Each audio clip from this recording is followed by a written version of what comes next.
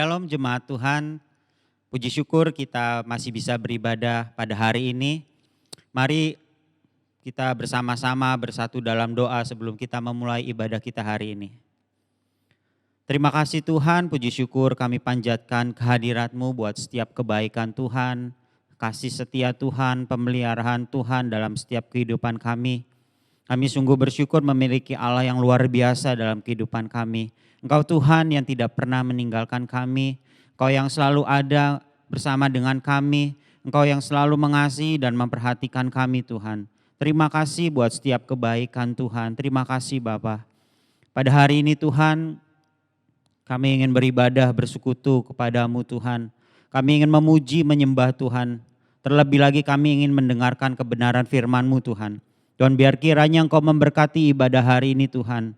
Biar Tuhan kami boleh mendapatkan kekuatan, mendapatkan sesuatu hal yang baru Tuhan dalam kehidupan kami. Saat kami mendengar firman-Mu Tuhan. Tuhan berkati urapi setiap hamba-hamba-Mu Tuhan. Baik dalam pujian penyembahan, terlebih lagi juga Tuhan buat hamba-Mu yang akan menyampaikan kebenaran firman-Mu Tuhan. Biar kiranya Tuhan urapi Tuhan, urapan yang baru turun atas hamba-Mu Tuhan. Sehingga apa yang disampaikan oleh hamba-Mu Tuhan, setiap benih firman yang disampaikan itu Tuhan, boleh kami terima Tuhan, boleh kami mengerti Tuhan. Terlebih lagi Tuhan, kami semakin hari semakin mengerti apa yang menjadi kehendak Tuhan dalam setiap kehidupan kami Tuhan. Terima kasih Bapa, terima kasih Tuhan. Berkati ibadah hari ini Tuhan, dimanapun kami berada saat ini Tuhan. Biar hadirat-Mu Tuhan menjamah setiap hati dan pikiran kami. Hadirat-Mu Tuhan yang mengubahkan kehidupan kami Tuhan. Terima kasih Bapa, terima kasih. Kami bersyukur dan berterima kasih. Hanya di dalam nama Tuhan Yesus kami sudah berdoa dan mengucap syukur. Haleluya. Amin. Shalom Bapak Ibu Saudara sekalian, sama-sama kita akan memuji dan memuliakan Tuhan. Kita angkat pujian kita yang pertama. Kami terima kuasa-Mu Tuhan. Dimanapun kami berdiri, kemanapun kami melangkah, di situ terjadi mujizat. Amin.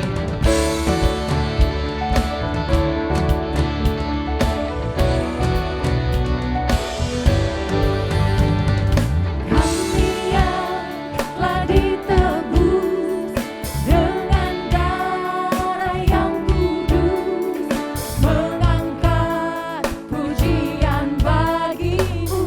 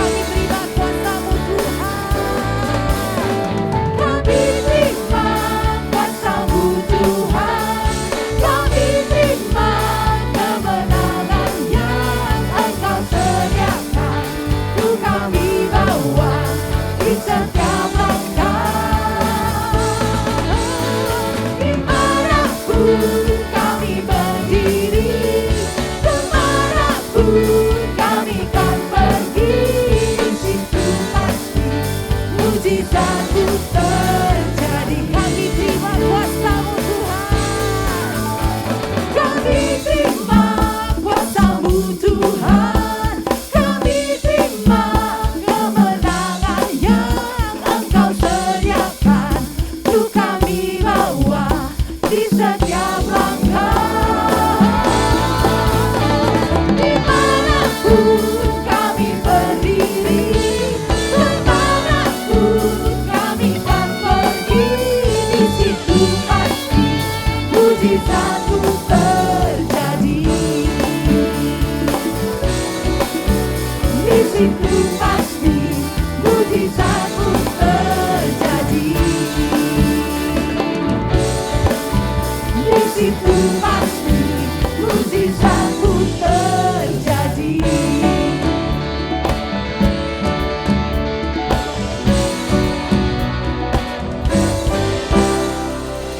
Amin. Haleluya.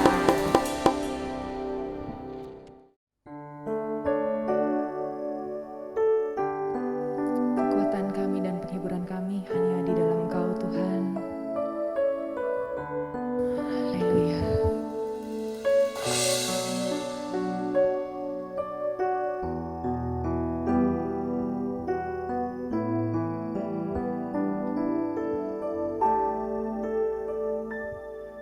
Kekuatan serta penghiburan diberikan Tuhan padaku. Tiap hari aku dibimbingnya, tiap jam dihibur hatiku.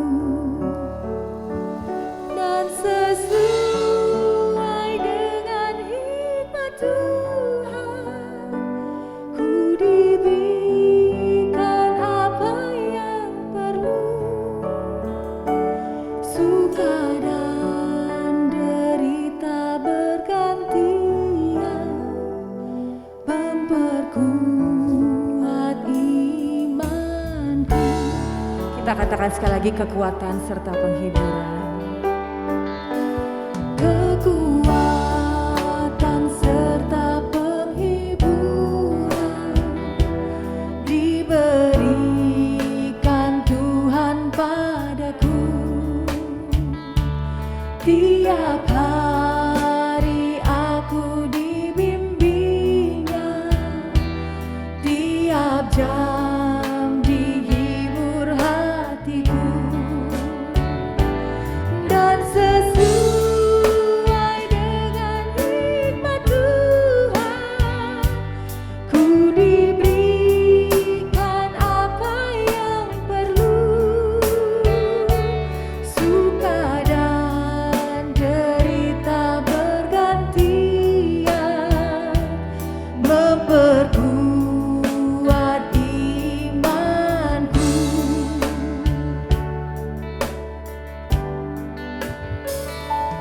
Tiap hari aku dibimbingnya, diberi rahmatnya tiap jam, diangkatnya bila aku jatuh, dihalaunya musuhku kejam.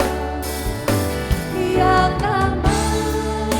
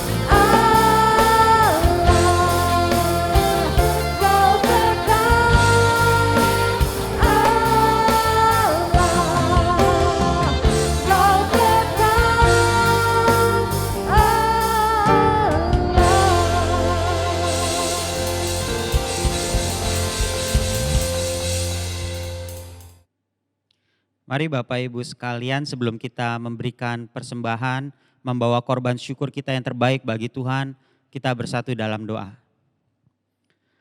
Puji syukur Tuhan, kami panjatkan kehadirat-Mu. Kami bersyukur dan berterima kasih buat setiap berkat-berkat Tuhan yang boleh kami rasakan, berkat-berkat-Mu yang boleh kami terima Tuhan.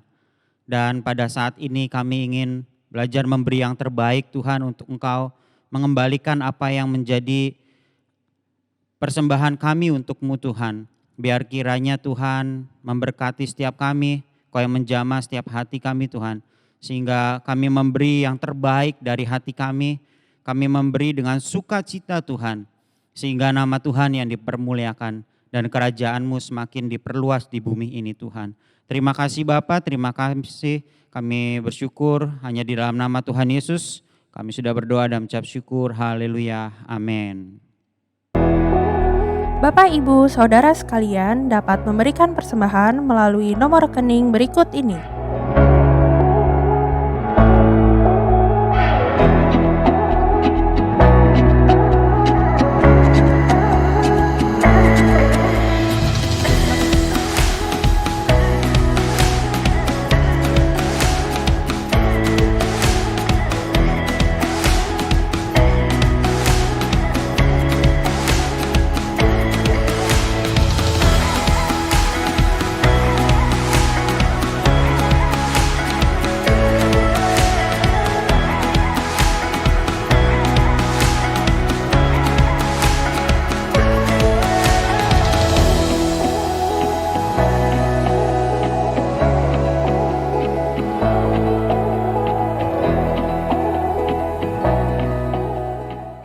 Shalom, puji Tuhan, jemaat GBI Family Life Center yang diberkati Tuhan.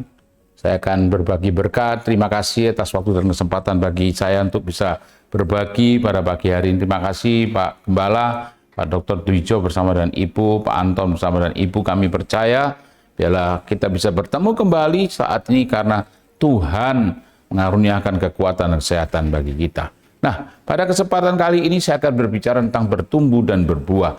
Mengapa sih kita itu kok harus bertumbuh dan berbuah? Kalau kita mengerti, digambarkan sebagai sebuah tanaman. Kalau pohon itu bertumbuh, pertumbuhan itu bagi pohon itu sendiri. Jadi kepentingannya bagi pohon itu sendiri. Artinya kalau kita itu bertumbuh dalam iman, bertumbuh dalam rohani, itu kepentingan untuk kita sendiri. Saya percaya setiap hidup orang percaya itu harus terus ada pertumbuhan secara rohani. Nggak terus tetap dari tahun ke tahun, dari waktu ke waktu. Tetapi kalau kita sudah diarahkan kepada berbuah, berbuah itu artinya bahwa kita hidupnya untuk orang lain. Pohon menghasilkan buah, buah itu bukan untuk pohon itu. Pohon berbuah itu untuk orang lain. Dan buah itu selalu dicari di mana-mana. Yesus pun cari buah. Yesus tidak pernah cari bunga, sekalipun bunga itu indah. Makanya saya ingin sampaikan hari ini bahwa berbuah itu penting. Kalau bertumbuh untuk kita sendiri, tapi kalau berbuah untuk orang lain. Nah, ketika orang itu sudah bertumbuh, orang itu harus berbuah. Karena berbuah tidak lagi diarahkan kepada dirinya, tapi kepada orang lain. Bapak Ibu yang dikasihi Tuhan, saya akan ajak setiap kita hari ini belajar bersama-sama. Saya juga masih terus belajar. Yesaya pasal 5 ayat 1-7. Saya akan bacakan firman Tuhan. Dan Yesaya pasal 5 ayat 1 sampai dengan ke-7. Sekarang aku akan menyanyikan bagi kekasihku sebuah nyanyian tentang kebun anggurnya. Kekasihku itu mempunyai sebuah kebun anggur di lereng bukit yang subur. Ia mencangkulnya dan menyingkirkan segala batunya, lalu menanaminya dengan pohon-pohon anggur pilihan. Ia membangun sebuah menara jaga di dalam kebun itu dan menggali lubang di gunung batu untuk tempat memeras anggur. Ayat 3, maka sekarang hai penduduk Yerusalem dan orang Yehuda, adililah antara aku dan kebun anggurku itu. Apakah lagi yang harus diperbuat untuk kebun anggurku itu yang belum kuperbuat kepadanya? Aku menanti supaya dihasilkan buah anggur yang baik. Mengapa yang dihasilkan hanya buah anggur yang asam? Maka sekarang aku mau memberitahukan kepadamu apa yang tidak kulakukan kepada kebun anggurku itu. Aku akan menebang pagar durinya, sehingga kebun itu dimakan habis dan melanda temboknya, sehingga kebun diinjak-injak oleh segala macam binatang. Ayat 6, aku tidak akan membersihkan ranting-ranting pohon anggurnya dan tidak akan menyianginya, melainkan aku akan membiarkan ditumbuhi onak dan duri. Aku akan memerintahkan awan-awan agar tidak menurunkan hujan ke atasnya. Kebun anggur yang kuciptakan kepadamu itu ialah Israel, dan Yehuda ialah tanaman kesayangan Tuhan. Ia mengharapkan mereka akan membuahkan keadilan, tetapi ia hanya melihat kekejaman serta pertumpahan darah. Ia mengharapkan mereka membuahkan kebenaran, tetapi yang sampai ke telinganya hanyalah jeritan penderitaan orang-orang yang tertindas. Mari kita sekali lagi datang kepada Tuhan, kita akan berdoa. Bapa Surgawi, urapi hamba-Mu, urapi kami semua. Kami mau mendengar firman Allah ketika kami saat ini online bersama dengan GB Family Life Center ini. Kami percaya yang lemah pasti dikuatkan, yang sakit dijamah menjadi sembuh. Bahkan kami yang hari ini putus asa kembali bangkit berpengharapan. Kami bersyukur pada hari ini kami harus ada rasa hormat, rasa cinta kepada Tuhan ketika kami ibadah pada hari ini secara online pun. Tuhan hadir di tengah-tengah keluarga kami. Berkati setiap kami, buka hati dan pendengaran kami. Dalam satu nama, Tuhan kami, Yesus Kristus, kami ucap syukur dan berdoa. Haleluya. Amin. Puji Tuhan. Bapak Ibu yang dikasihi Tuhan, kalau tadi saya menyampaikan bahwa kalau kita bertumbuh, pohon itu bertumbuh untuk kepentingan pohon itu sendiri. Tetapi kalau pohon itu berbuah untuk kepentingan yang lain, dan buah itu dicari di mana-mana. Nah, kan Yesus sendiri masuk ke kebun dan dia melihat pohon ara tidak berbuah. Yesus marah. Jadi buah itu begitu penting. Yesus tidak tertarik dengan bunga, walaupun bunga itu indah. Bapak Ibu yang dikasihi Tuhan, pada kesempatan kali ini, bahkan kalau kita lihat di dalam cerita Yesaya pasal ke-5 ini, bahwa kebun anggur dipilihkan, ditanami pohon-pohon anggur pilihan. Saya percaya itu gambaran kita semua. Kita adalah orang-orang bukan sekedar dipanggil oleh Allah, tetapi kita dipilih oleh Allah. Ketika Tuhan tanamkan itu, diharapkan pasti ada hasilnya, ada buah-buah yang menyenangkan. Sang pemilik kebun anggur itu dikatakan ia mencangkul, menyingkirkan segala batu, lalu menanamnya dengan pohon-pohon anggur pilihan. Ya, didirikan menara jaga. Makanya bagi saya dan saudara, harusnya kita sebagai orang percaya, kita tetap percaya ada menara jaga. Tuhan menjaga kita. Dan Alkitab berkata, ia tidak pernah terlelap untuk tidur. Dia selalu memperhatikan saya dan saudara. Bapak Ibu yang dikasihi Tuhan, sekalipun hari ini pandemi COVID-19 sudah mulai reda, tapi saya ingin sampaikan hari ini, kalaupun reda, kita patut bersyukur kepada Tuhan. Tetapi kita lihat dan kita mungkin dengar ada keluarga kita yang sudah dipanggil Tuhan, ada sanak famili kita, ada sahabat-sahabat kita. Bapak Ibu, mari kita belajar. Karena kita percaya kalau hari ini kita sudah percaya Tuhan, percayalah hidup itu ada di tangan Tuhan. Kalau kita diberikan kesempatan hari ini untuk punya kesempatan mendengarkan firman Allah, saya dan saudara harus lebih sungguh-sungguh. Sekalipun Bapak Ibu hari ini ikut secara online karena keadaan yang memaksa kita untuk online. Tetapi saya yakin satu kali gereja kita ini ada kebaktian secara onsite, saudara juga harus hadir. Karena manusia tidak bisa lepas dari sentuhan-sentuhan secara emosional. Sehingga kita perlu datang, kita perlu memuji, kita perlu menyembah Tuhan. Nah, kalau hari ini masih online, kita tetap harus ada rasa hormat. Bapak Ibu yang dikasihi Tuhan Yesus. Gambaran dari kebun anggur itu tadi dikatakan Israel dan Yehuda. Tetapi itulah gambaran kita sebagai orang percaya. Pastinya Tuhan mengharapkan hidup itu berbuah. Dan pertanyaannya, mengapa sih kita harus berbuah? Karena ada banyak orang tidak mengerti. Ya, kenapa ya kita kok harus berbuah? Nah, inilah tema khotbah saya. Mengapa kita harus berbuah?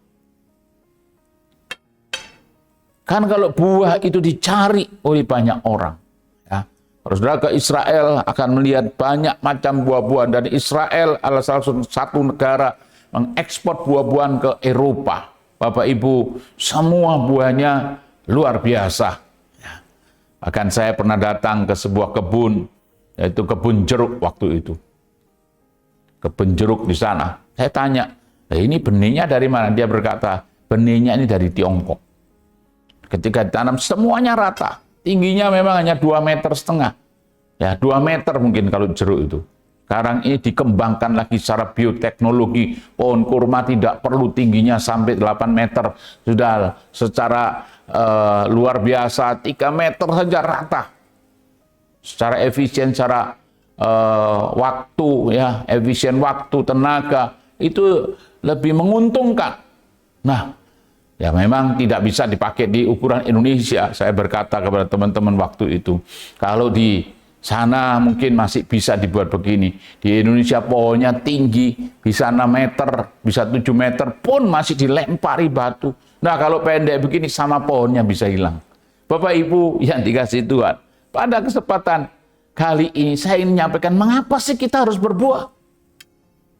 Karena kita harus paham mengapa kita berbuah. Dalam Alkitab, Yohanes pasal 15 ayat 1 sampai 3. Bisa saya baca ayat 2 saja. Setiap ranting padaku yang tidak berbuah dipotongnya, dan setiap ranting yang berbuah dibersihkan supaya ia lebih banyak berbuah.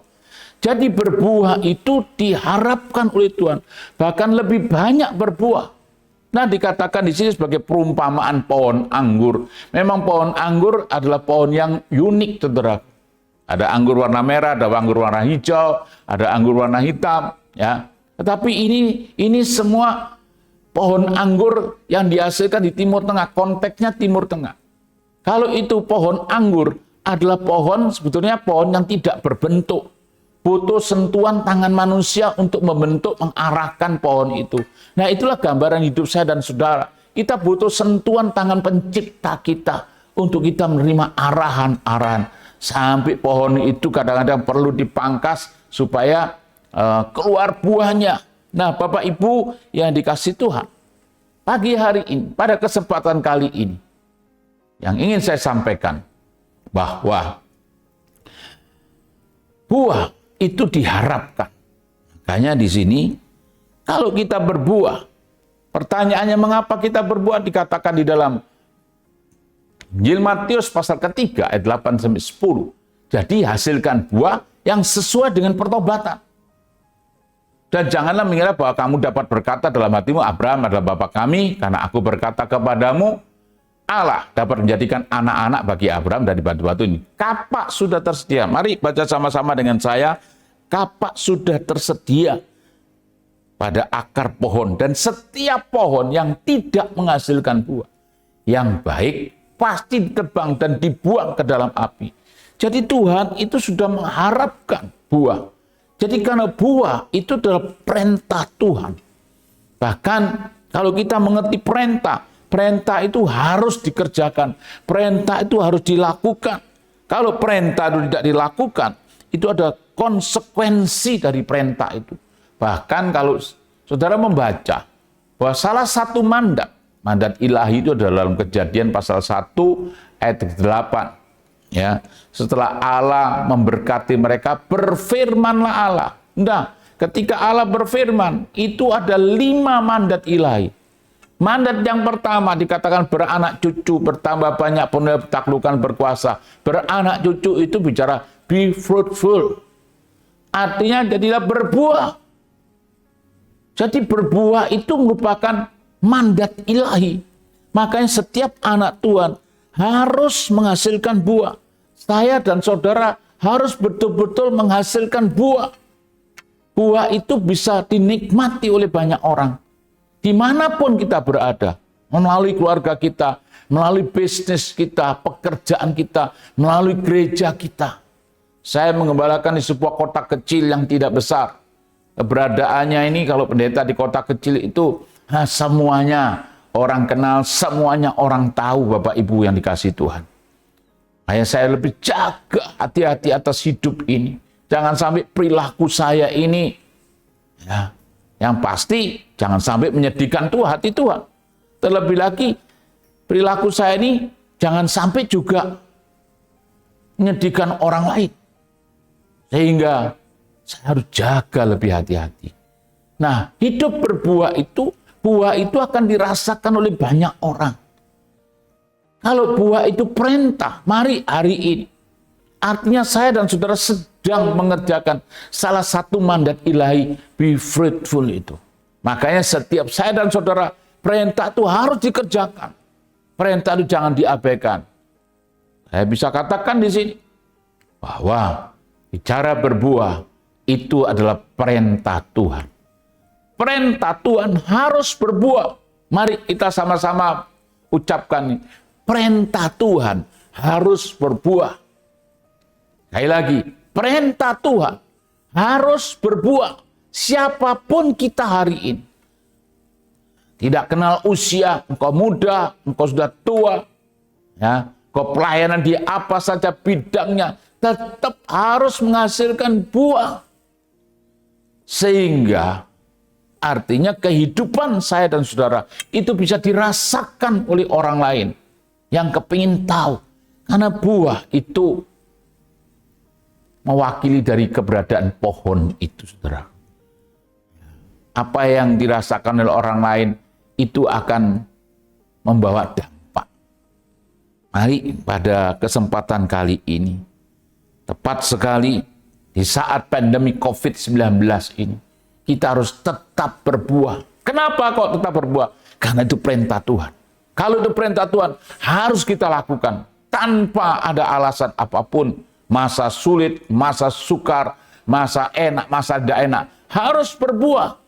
Sehingga keberadaan kita semua, dimanapun kita berada, itu bisa dirasakan buah kita oleh orang yang lain. Khususnya bagi orang-orang yang belum percaya. Kayak Bapak Ibu yang dikasih Tuhan. Kalau Bapak Ibu mencintai Tuhan hari ini, kita tahu perintah Tuhan harus berbuah. Setiap kita hari ini akan terus hasilkan buah-buah di dalam seluruh kehidupan kita. Yang berikut di sini. Dalam kitab Yesaya, Nabi Yesaya tadi, ayat berkata gini, kemudian ia menunggu saat pohon-pohon itu berbuah dengan mengharapkan, lihat, dengan mengharapkan buah-buah yang manis. Tapi ternyata buah yang dihasilkan kebun itu masam. Jadi buah yang dihasilkan kebun itu masam. Diharapkan manis, ternyata buahnya masam. Nah, tadi juga tertulis di dalam ayat, saya mau baca lanjutan di sini aja dulu. Ayat keempat. Ayat keempatnya berkata begini. Apalagi yang harus kulakukan terhadap kebun anggur itu? Aku mengharapkan kebun itu menghasilkan buah anggur yang manis, tetapi mengapa hasilnya buah anggur yang masam? Ya, kualitas buah anggur itu sangat diharapkan oleh sang pemilik. Buah yang kita hasilkan itu sangat diharapkan oleh pemilik, oleh sang pencipta. Jangan sampai buah anggur itu masam. Nah, Bapak Ibu yang dikasih Tuhan, kalau tadi dikatakan pada ayat 4, aku menantikan supaya dihasilkan buah anggur yang baik. Mengapa yang dihasilkan buah anggur yang masam? Coba lihat, Tuhan mengharapkan buah-buah itu betul-betul bisa jadi berkat. Tapi kalau masam, pernah makan buah anggur yang masam, waduh, rasanya itu makan buah anggur yang masam itu sambil merem-merem. Kenapa? Ya, karena pasti nggak enak. Yang diharapkan manis. Makanya tadi, buah anggur yang ditanam ini buah anggur pilihan, pohon anggur pilihan, makanya dipagari, dicangkul, dirawat. Itulah gambaran hidup saya dan saudara. Sebetulnya rencana Tuhan itu demikian. Tapi karena hasilnya ini masam. Kalau masam tentunya tidak berkualitas. Ini Tuhan tidak mau. Bapak Ibu yang dikasihi Tuhan Yesus. Di dalam ayat kelima berkata, maka sekarang, perhatikan ayat ini. Maka sekarang, apa yang terjadi? Ini yang kulakukan pada kebun anggurku itu, aku akan merobohkan pagar-pagarnya dan membiarkan kebun anggur dimakan habis dan diinjak-injak oleh segala macam binatang. Dengan kata lain pada ayat kelima itu, bahwa ketika pohon anggur tidak menghasilkan buah yang manis, buah yang masam, nah pohon anggur itu pagernya dirobohkan. Jadi tidak ada perlindungan. Itu sudah menggambarkan kehidupan saya dan saudara. Makanya buah yang kita hasilkan harus buah yang berkualitas. Sehingga perlindungan Tuhan tetap terjadi atas kita. Tetapi ketika hasilnya itu masam, apa yang terjadi, Bro? Dikatakan merobohkan pagar-pagarnya, dibiarkan diinjak-injak. Berapa banyak orang percaya sampai hari ini menjadi cemooh banyak orang. Kenapa kau menjadi cemooh? Karena perbuatannya. Kenapa jadi cemooh? Karena perilakunya. Kenapa jadi cemooh? Karena apa yang dikerjakan tidak seturut dengan apa yang dikatakan. Mari pada kesempatan kali ini, biarlah apa yang kita kerjakan harus turut dengan apa yang sudah kita katakan. Jadi kalau saudara berkata dan berbuat, itu harus sinkron. Itu sebenarnya namanya integritas. Jadi orang itu percaya, ini loh Kristen. Ini loh bisnisnya orang Kristen. Ini loh keluarganya orang percaya. Bapak Ibu yang dikasih Tuhan Yesus. Biarlah kesempatan kali ini kita akan koreksi. Saya koreksi diri. Kita semua mengkoreksi diri. Saya tidak mau menjadi gajah di belangkoni. Kalau bahasa Jawa gajah di belangkoni itu bisa khotbah tapi tidak bisa mengerjakan, tidak bisa ngelakoni. Jadi apa yang saya khotbahkan hari ini tentunya sudah saya kerjakan, saya alami. Nah, makanya saya katakan kita tidak cuma menyampaikan teori-teori belaka. Ya. Karena sudah banyak, mungkin sudah jenuh. Orang tidak percaya, tinggal menunggu bagaimana sih hidupnya orang Kristen, bagaimana. Kan tidak sedikit yang dihina, dicemooh, bahkan dihabisin. Kenapa? Karena perilakunya. Itu loh, lihat orang Kristen. Begitu itu. Bahkan dikatakan ayat ke-6-nya berkata, aku tidak akan membersihkan ranting-ranting pohon anggurnya, tidak akan menyianginya, melainkan aku akan biarkan ditumbuhi onak duri dan akan memerintahkan awan-awan agar tidak menurunkan hujan ke atasnya. Itu ayat 6-nya.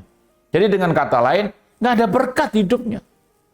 Buah anggurnya yang dihasilkan, Tuhan tuntut ini terjadi atas kita supaya buah yang berkualitas. Jangan sampai masam. Orang melihat kita, ini loh Kristen. Orang berbisnis dengan kita, ini loh bisnis Kristen. Jadi semuanya bisa dirasakan. Sebetulnya ada proses dari buah itu ya.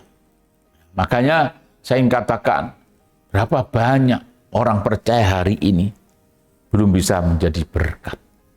Saya yakin dan percaya, lewat gereja Tuhan di tempat ini, lewat GBI Family Life Center, sudah dikembalakan dengan baik. Sudah akan menghasilkan buah-buah yang manis di tempat kita masing-masing. Memang kalau kita bicara buah pertobatan, itu apa sih buah pertobatan? Buah pertobatan ini semua mestinya. Ada buah Roh Kudus, karena orang mengaku Yesus sebagai Tuhan itu karena Roh Kudus. Kemudian ada buah kebenaran, muncul buah karakter, buah pengetahuan, kebenaran itu, pemberitaan Injil sampai buah pelayanan. Jangan lompat buah pelayanan. Dulu, gampang itu pelayanan. Tetapi sudahkah buah Roh Kudus, kebenaran, karakter, pengetahuan, pemberitaan Injil itu ada pada kita semua? Karena buah-buah ini harus manis, sehingga orang yang lain bisa merasakan kehadiran kita. Satu kali saya pelayanan di Medaeng. Koordinator itu seorang ibu dan berkata begini, "Duh, puji Tuhan Pak Daniel sudah lama tidak pernah ke sini." Ya, saya juga jarang memang mau. Tetapi satu kali saya mau pelayanan di sana. Apa yang terjadi, loh? Aduh Pak, puji Tuhan hari ini. Berapa minggu ini, berapa bulan ini, jemaat terus bertambah. Kaget saya. Kagetnya bagi saya kenapa? Di penjara tidak boleh ada pertumbuhan gereja. Makanya saya berkata, Bu, nggak salah tak Ibu ngomong ini. Kok seneng rasanya jemaat bertambah di sini? Ya memang itu bisa salah orangnya, bisa salah juga gereja.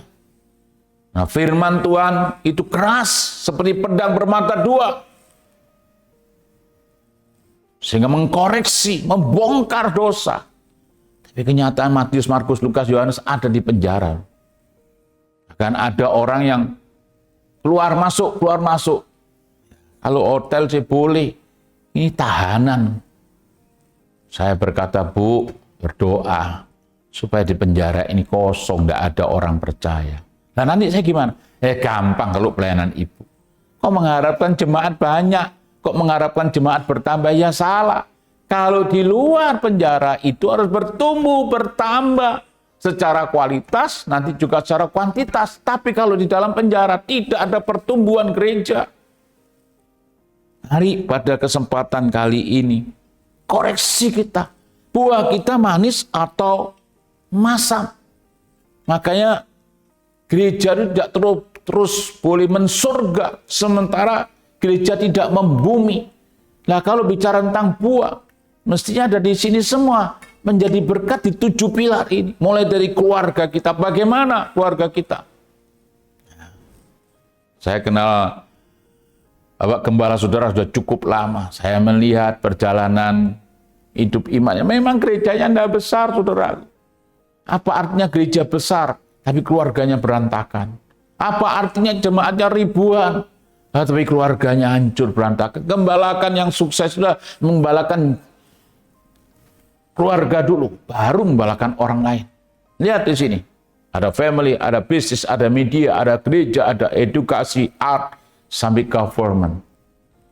Jadi berbuah itu ya di 7 pilar ini. Tidak semua orang itu cuma berbuahnya di gereja, saudara. Ya.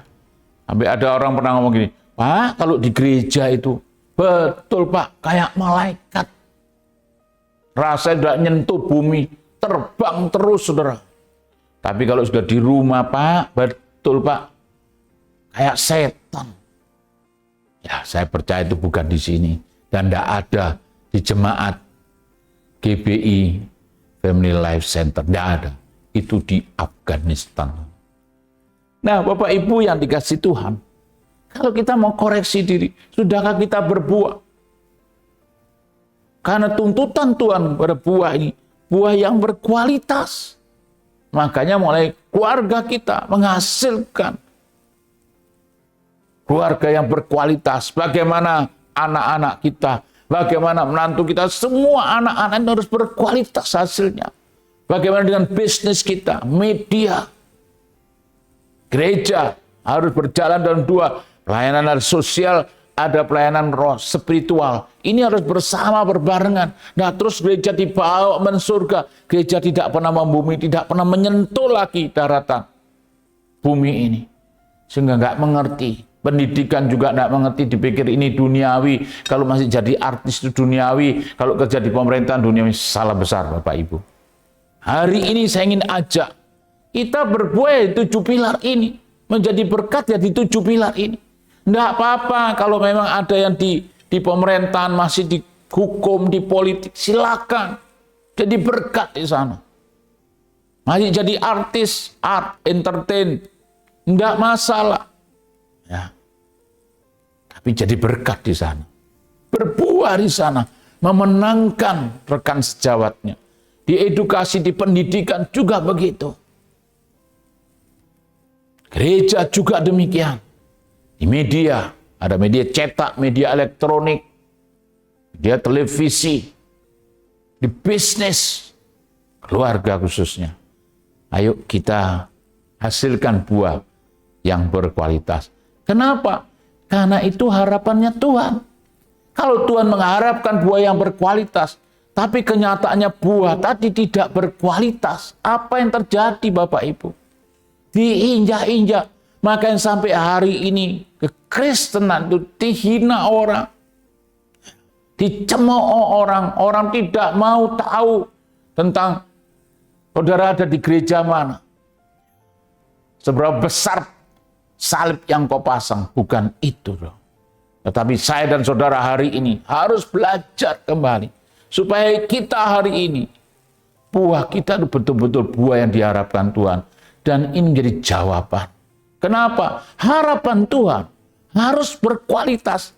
Jadilah hidup yang berkualitas. Miles Monroe berkata begini,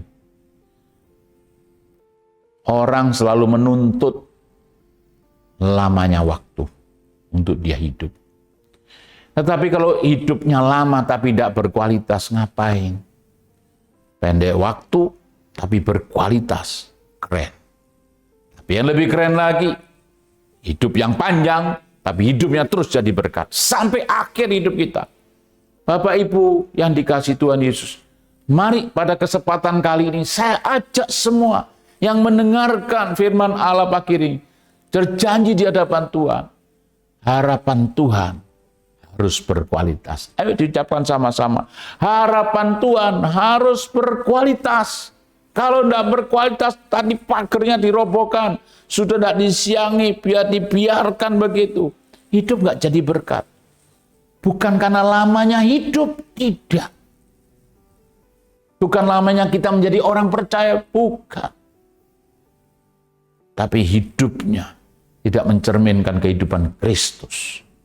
Buahnya jelas buah yang masam. Jangan sampai buah-buah kita menghasilkan buah yang masam, tidak berkualitas. Harapan Tuhan kepada Israel tadi, diharapkan buah keadilan, ternyata isinya kekejaman, pertumpahan darah. Diharapkan kebenaran, ternyata di telinga Tuhan hanya cerita penderitaan orang-orang tertindas. Nah inilah, kita harus belajar, saudara. Jangan sampai hidup itu menindas orang lain. Lihat bagaimana orang-orang sekeliling kita. Kalau engkau seorang pemimpin, punya karyawan, gimana karyawanmu? Tertindas tidak? Kalau tertindas, saudara harus koreksi diri hari. Mari kita terus belajar. Kalau harapan Tuhan harus berkualitas, mari jadikan hidup ini berkualitas. Ada kesempatan bagi kita, justru hari-hari ini, hidup berkualitas ini dibutuhkan banyak orang. Saya percaya, saya dengar hari ini, ayo janji, saya mau harapan Tuhan terpenuhi, berkualitas. Dan yang berikut di sini, saya ingin tunjukkan akibatnya.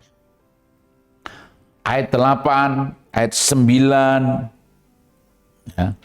Ayat 8, ayat 9, kita lihat ayat 8, nanti lompat-lompat saja, supaya tidak terlalu lama. Celakalah mereka yang menyerobot rumah dari rumah dan mencekal ladang demi ladang, sehingga tidak ada lagi tempat orang lain dan hanya kamu sendiri yang tinggal di dalam negeri.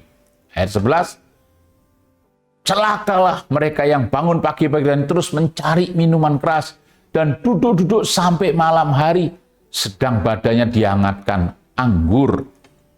Kita baca berikutnya, ayat 16, celaka, 18, maaf. Celaka mereka yang memancing kesalahan dengan tali kedustaan dan dosa seperti dengan tali gerobak. Dan berkata, baiklah Allah lekas-lekas dan cepat-cepat lakukan tindakannya supaya kita lihat. Dan baiklah keputusannya Maha Kudus Allah Israel datang mendekat supaya kita tahu. 20, celakalah mereka yang menyebutkan kejahatan itu baik dan kebaikan itu jahat, yang mengubah kegelapan menjadi terang dan terang menjadi kegelapan, yang mengubah pahit menjadi manis dan manis menjadi pahit. Celakalah mereka yang memandang dirinya bijaksana dan menganggap dirinya pintar. Celakalah mereka yang menjadi jago minum dan juara mencampur minuman keras. Bapak Ibu, dalam perhatikan tadi, ada 6 kata celaka di sini. Itulah 6 dosa Israel. Buah yang masam tadi itu ternyata mendatangkan celaka. Nah, ini 6 celaka. Coba perhatikan nih. Keserakahan, hanya mementingkan diri sendiri. Ada orang percaya itu hanya mementingkan diri sendiri. Ya, nggak mau tahu yang lain, nggak berurusan dengan yang lain. Pokoknya dirinya sendiri. Makanya tidak peduli. Dalam gereja juga begitu, ada orang-orang yang demikian, serakah, hanya dirinya sendiri. Kemabuk-mabukan, pesta pora. Waktu yang lalu saya tegur orang yang kirim ke saya, diundang ibadah, onsite, alasannya berbagai macam alasan. Tapi ketika kirim foto sama saya, bisa di kafe A, bisa di kafe B, bisa di pantai A, bisa di pantai B. Saya sampai begini, aneh ya. Ada orang-orang cuma hidupnya yang begini-begini. Tapi saya percaya di sini tidak ada. Kenapa saya katakan demikian? Coba lihat, teman saya ternyata juga cerita yang sama. Disuruh ke gereja alasan, tapi bisa masuk ke mall. Aneh. Dia sudah tidak pernah pedulikan itu, hanya pikirkan makan dan minum. Ada orang yang cuma mikirkan makan, minum, pesta dan pesta pora saja. Dosa ini terjadi atas Israel. Mencemooh kuasa Allah, sudah tidak percaya kuasa ibadah, tidak percaya kuasa doa, tidak percaya kuasa firman Allah. Tidak percaya dengan kuasa hadirat Allah. Sehingga kayaknya sudah tidak butuh. Ini Kristen. Maka mereka tidak peduli. Ada ibadah onsite silakan. Tidak ada onsite online pun tidak masalah. Jadi dengan kata lain, sudah mencemooh kuasa Allah. Tidak percaya, saudara. Berapa banyak hari yang demikian hari-hari ini. Sedang kondisinya mencemooh kuasa Allah. Ayo hari ini kembali kepada kebenaran Allah. Memutarbalikkan standar moral. Mana yang benar dan mana yang salah. Sudah diputarbalikkan semua. Yang salah jadi benar, yang benar bisa disalahkan. Bapak Ibu, kekristenan, ya katakan ya, tidak katakan tidak. Dan keangkuhan, sombong. Padahal Tuhan sudah berkata dalam Yohanes pasal 15 ayat 5. Di luar aku kamu tidak bisa berbuat apa. Jangan pernah angkuh dan sombong. Ketika kita taruh Tuhan, percaya Tuhan, tapi Tuhan di belakang. Ya, kalau ada angka 1 di sini, kita bekerja itu seperti mengumpulkan angka 0. Tambah 01, nilainya kecil. Tambah 02, nilai tambah kecil. 03, 04, 05, karena 1 di belakang. Sombong. Tetapi ketika 1 di depan, kalau bukan Tuhan, nggak bisa buat apa. Tambah 01, 10. Tambah 02, 100. 03, 1000. 04, 10.000, dan seterusnya. Punya nilai. Hidup tidak perlu sombong. Hari ini tanpa Tuhan, kita tidak bisa berbuat apa-apa. Karena membenarkan suap dan tidak berlaku adil.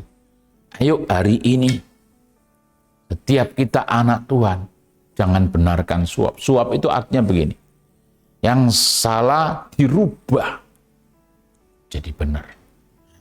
Supaya berhasil, dirubah. Orang tidak pernah peduli, takut pada Tuhan. Tidak berlaku adil. Ayo kita belajar hari ini. Biarlah 6 ucapan celaka atas 6 dosa Israel tidak terjadi atas kita. Ini loh yang dimaksudkan buah yang masam. Ada konsekuensinya. Tuhan hukum. Ini yang ketiga. Konsekuensi jika tidak sesuai harapan Tuhan. Jadi ada konsekuensi yang kita tanggung kalau tidak sesuai harapan Tuhan. Apa yang kita harapkan harus sesuai. Seperti yang Tuhan mau. Bukan kita mau. Konsekuensi jika tidak sesuai harapan Tuhan. Apa yang terjadi Bapak Ibu? Kita lihat di sini. Hasilnya mengecewakan Tuhan, maka kerajaan Allah diambil. Saya mengutip Matius 21 ayat 43. Sebab itu aku berkata kepadamu, bahwa kerajaan akan diambil daripadamu dan akan diberikan kepada suatu bangsa yang menghasilkan buah kerajaan itu. Lihat, Tuhan marah kepada Israel. Kenapa? Karena dia tidak menghasilkan buah kerajaan itu. Tadi ada 6, mulai Roh Kudus, mulai Roh Kudus bekerja, ada kebenaran, ada pengetahuan. dan seterusnya. Kerajaan Allah akan diambil. Apa itu kerajaan Allah? Kerajaan Allah itu bukan berbicara tentang perkataan, tapi kuasa. Ada orang Kristen tidak ada kuasa. Kerajaan Allah bicara tentang damai sejahtera, sukacita. Kebenaran, damai sejahtera, sukacita oleh karena Roh Kudus. Makanya kalau buah itu manis, itu akan hadir. Kuasa Allah bekerja akan hadir. Merasakan kebenaran ada di sana, merasakan damai sejahtera, merasakan sukacita. Tapi begitu tidak ada, kerajaan Allah diambil, yang ada hanya kuasa agamawi. Hidupnya hanya cuman agamawi. Saudara, Yesus tidak ada di sana. Tapi saya bersyukur pada ayat ini, berkata begini. Akan diambil daripadamu, diberikan kepada satu bangsa yang menghasilkan buah kerajaan. Saya percaya. Inilah gambaran saya dan saudara. Ayo hasilkan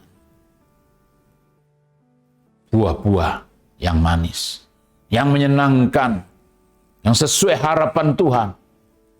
Sehingga kita hidup dalam kuasa otoritas kerajaan Allah. Bapak Ibu yang dikasihi Tuhan, mengapa kita harus berbuah?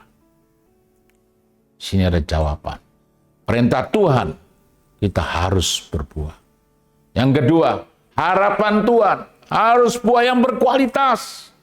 Dan yang keempat, yang ketiga maksud saya, Tuhan akan memberi sanksi kalau buah itu yang kita hasilkan tidak sesuai dengan harapan.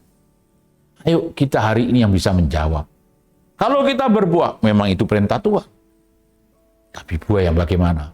Buah yang berkualitas, yang manis, sesuai harapan Tuhan. Ketika buah itu tidak sesuai harapan Tuhan, diberikan sanksi bahwa kerajaan Allah diambil. Jangan sampai kita cuma kekristenan menjadi kekristenan agamawi.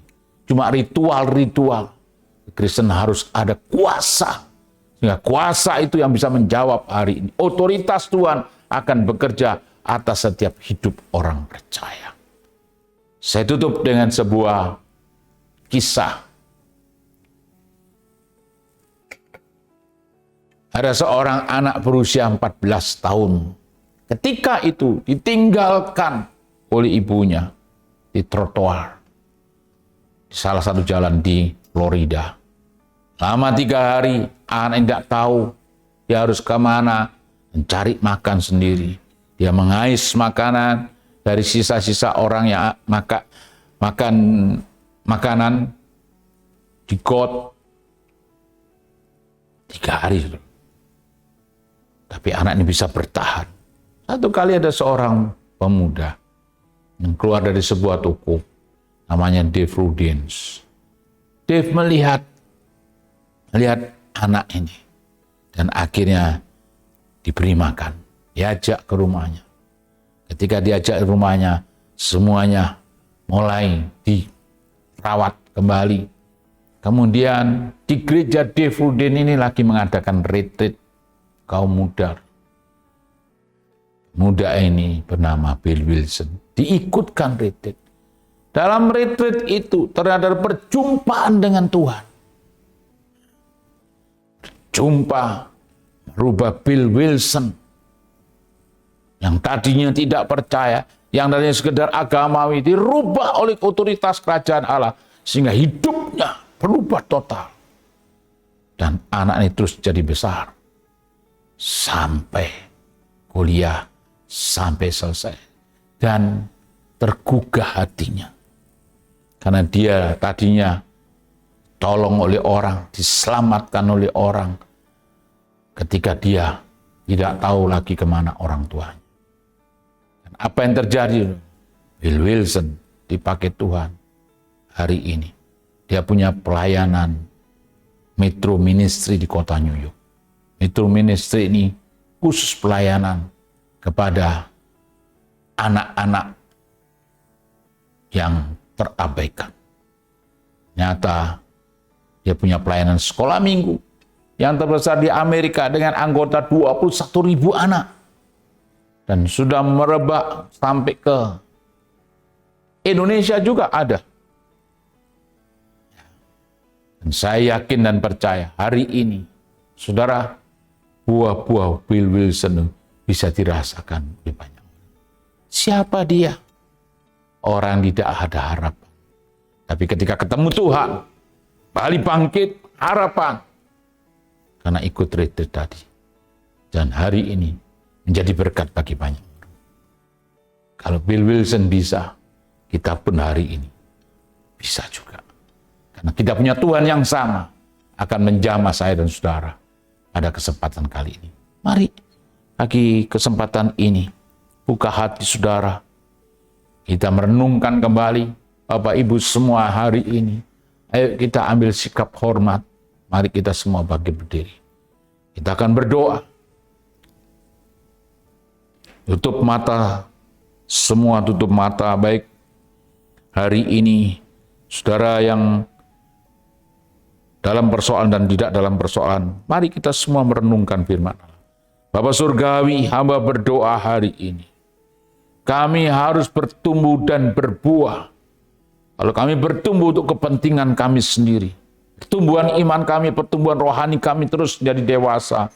Tapi ketika kami berbuah, buah itu bisa dirasakan oleh orang-orang sekeliling kami. Buah itu bisa dirasakan oleh orang-orang di sekitar kami. Bahkan buah yang menjadi harapan Tuhan adalah buah yang berkualitas. Kalau kami berbuah, artinya kami sedang mengerjakan perintah Tuhan. Perintah Tuhan bahwa hidup kita harus berbuah. Kalau tidak berbuah, dipotong, ditebang, dilempar ke dalam api. Kami mau hari ini, mari kita semua responi firman Allah. Bapak Ibu yang sedang meresponi firman Allah, taruh tangan kiri dadamu, saya akan berdoa. Bapak Surgawi, hamba berdoa hari ini, supaya setiap kami berbuah Tuhan. Karena ketika kami berbuah, kami sedang mengerjakan perintah Tuhan. Kami percaya perintah Tuhan harus kami lakukan hari ini. Dan yang kedua Tuhan, harapan Tuhan, berbuah harus berkualitas, yang berkualitas. Kami tidak mau menghasilkan buah yang masam, buah yang manis. Itu harapannya Tuhan. Manis di sekitar kami, manis di lingkungan kami, manis di mana saja Tuhan tempat kami. Bahkan di 7 pilar itu kami berada. Tuhan tempatkan kami di sana. Kami terus mau menghasilkan buah yang berkualitas. Karena kami tahu Tuhan, ketika kami menghasilkan buah yang tidak berkualitas, Tuhan akan memberikan sanksi bahwa otoritas kerajaan Allah tidak kami alami. Sehingga yang ada, kami diinjak-injak, artinya dicemooh, bahkan kami dihina, karena kehidupan perilaku kami tidak seturut dengan Tuhan Yesus. Pada kesempatan kali ini berkati setiap kami. Tolong kami Tuhan, kami tidak mengerjakan kekuatan kami sendiri, tapi kami mau pertolongan Roh Kudus, sehingga kami mengerti kebenaran Allah. Dan kami mau buah-buah karakter kami semakin muncul, semakin bertumbuh menjadi serupa dengan Kristus. Buah yang berikutnya, buah pengetahuan firman Allah semakin bertambah, membuat kami semakin mengerti. Buah penginjilan itu membuat kami terus semakin tahu dan paham. Jiwa-jiwa itu berharga, sehingga kami punya tugas memenangkan orang-orang di sekitar kami lewat perilaku kami Tuhan. Dan buah pelayanan kami mau dipakai Tuhan di bidang apapun. Kalau Tuhan tempatkan kami ada di 7 pilar, kami akan melayani di tempat kami masing-masing. Biarlah toko kami di mana kami ada, etalase itu kami buat sebagai mimbar untuk memberitakan firman Allah. Di mana kami berada, kalau kami bekerja di bisnis, di profesi kami, biarlah meja kerja kami itulah mimbar kami untuk berbicara, sehingga Tuhan dipermuliakan. Terima kasih Roh Kudus, terima kasih berkati hamba-Mu Pak Dr. Wijo bersama dengan Ibu dalam pengembalaan. Berkati Pak Anton bersama dengan Ibu dalam pengembalaan. Kami semua diberkati Tuhan pada kesempatan kali ini. Kami mempersiapkan diri. Kalau ada hari-hari ke depan mungkin kami disiapkan untuk kembali ibadah secara on-site. Ada kerinduan hati kami untuk terima jamahan Tuhan. Terima kasih Bapak Surgawi. Kami ucap syukur pada kesempatan kali ini. Biar nama Tuhan yang kami permuliakan. Dalam satu nama Tuhan kami Yesus kami ucap syukur dan berdoa. Haleluya. Amin. Tuhan memberkati kita. Sampai jumpa kembali dalam pelayanan berikutnya. Terima kasih.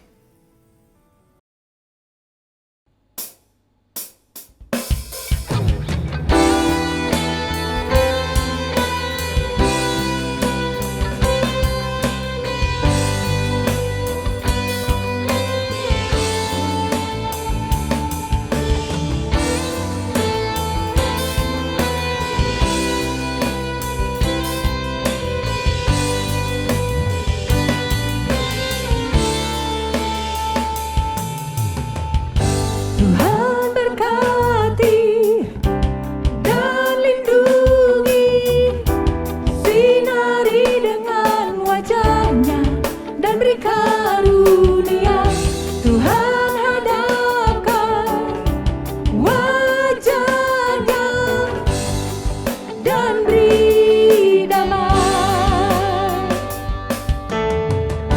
Tuhan berkati dan lindungi, sinari dengan wajah-Nya dan beri karunia. Tuhan hadapkan wajah-Nya dan beri damai. Amin.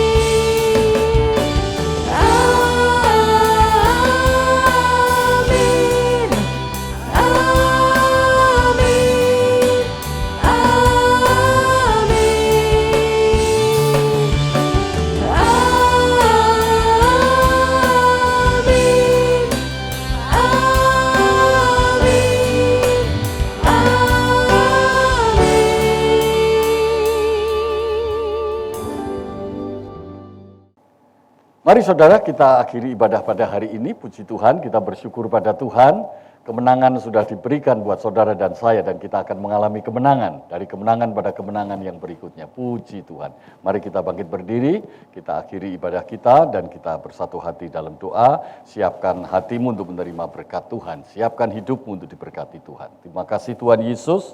Buat ibadah pada hari ini, Kau yang telah pimpin, memberkati, mengurapi kami, menguatkan kami, menuntun kami, meneguhkan kebenaran firman Tuhan di dalam hati kami, dan telah mengampuni segala dosa kami, dan mengubahkan hati kami, sehingga kami boleh tetap hidup di dalam kebenaran firman Tuhan, kehendak Tuhan. Kami bertumbuh di dalam kekudusan, di dalam hidup kami yang baru. Terima kasih, terima kasih. Mari Tuhan, Kau pimpin kami, supaya hidup kami makin hari makin dewasa di dalam Engkau. Dalam nama Yesus kami alaskan segala doa, puji dan syukur ini. Haleluya.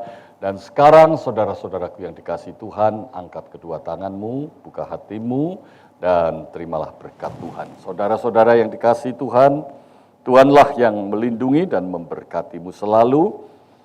Tuhan menyinari engkau dengan wajah-Nya dan memberikan kasih karunia-Nya.